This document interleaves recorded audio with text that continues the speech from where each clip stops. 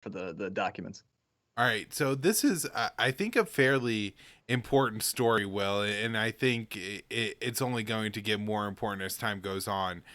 This is titled "My Resignation from the Intercept." It's by Glenn Greenwald, published on his Substat.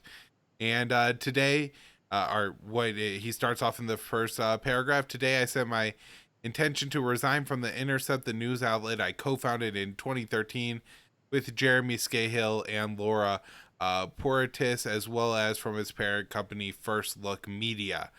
And he gets into the reasons for his decision to leave the Intercept. Again, this is an outlet that he co-founded, so he mentions that in the past he worked at Salon and the Guardian, and left those outlets for different opportunities, but not because he was censored.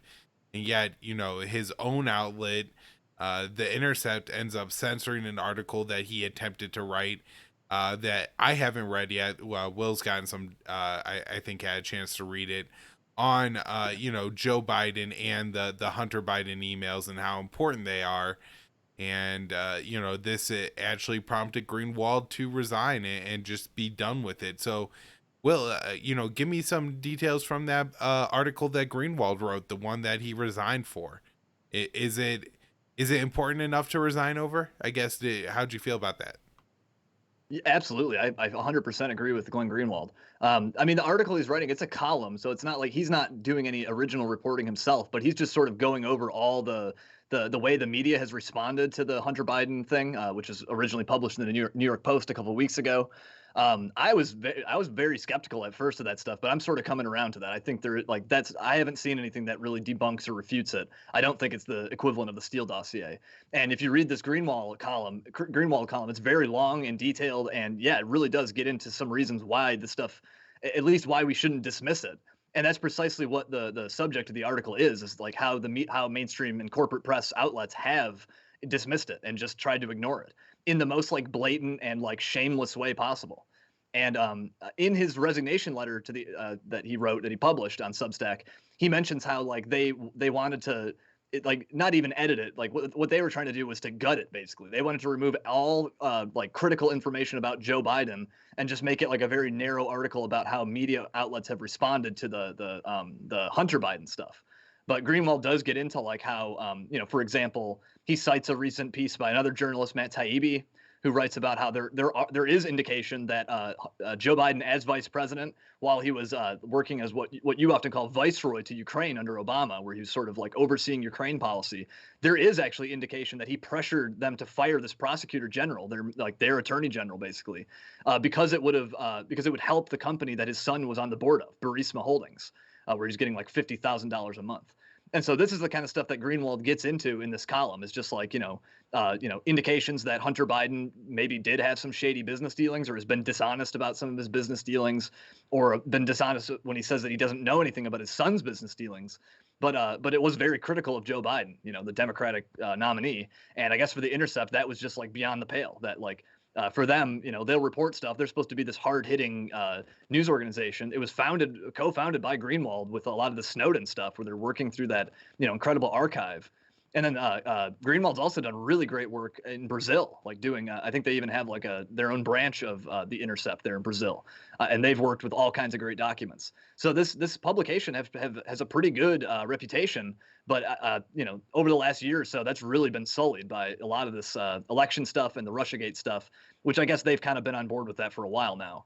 So this is kind of long in the making. But it's all really culminated now with Greenwald straight up leaving and saying he can't tolerate this anymore because they're literally trying to censor him at the outlet he co-founded. So kind of outrageous. Yeah, the only other thing in here that I thought was a little bit interesting is he got into.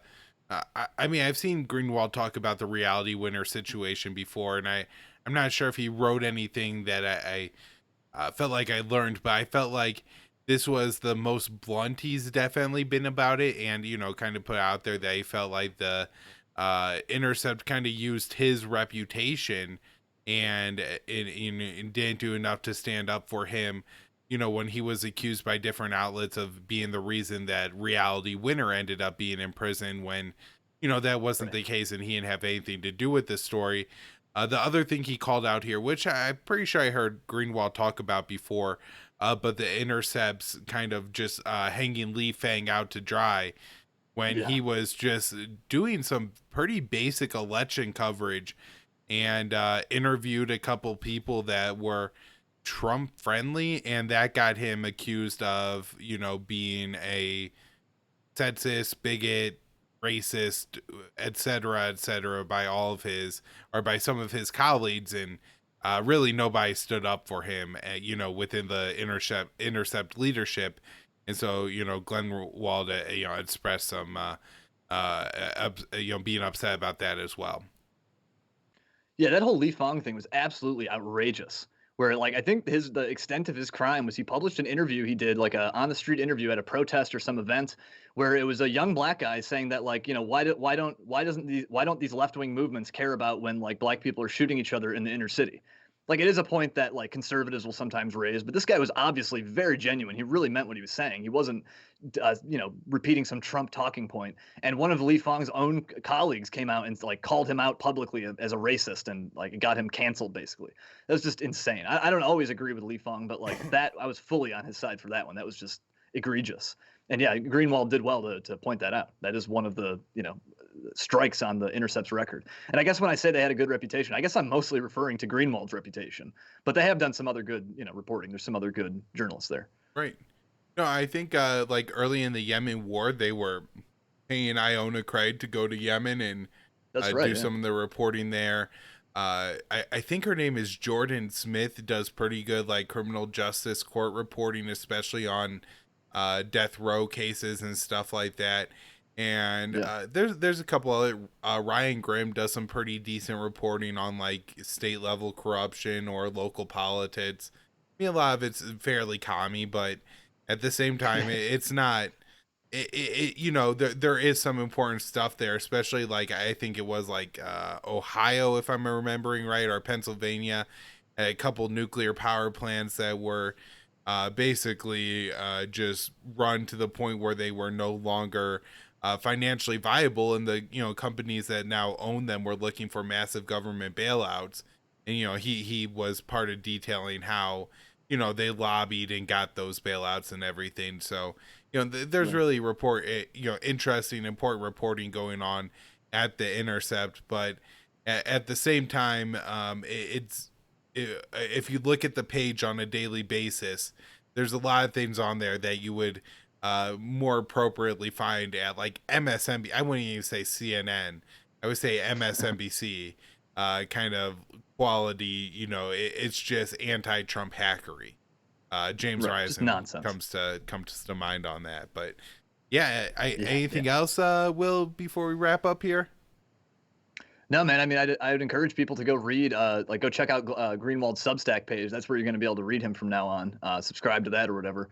But yeah, I mean, I think that's a pretty big deal. I think Greenwald's one of the major like journalistic voices, sort of on our side, I guess you'd say. Someone who's sort of like in our orbit a little bit. He's not just like owned by the blob. And so that is very significant. He's leaving the outlet that he helped to co-found. I think he did mention that he's interested in starting a new outlet, and so maybe we'll see, pay attention to that. There might be some cool stuff coming in the future.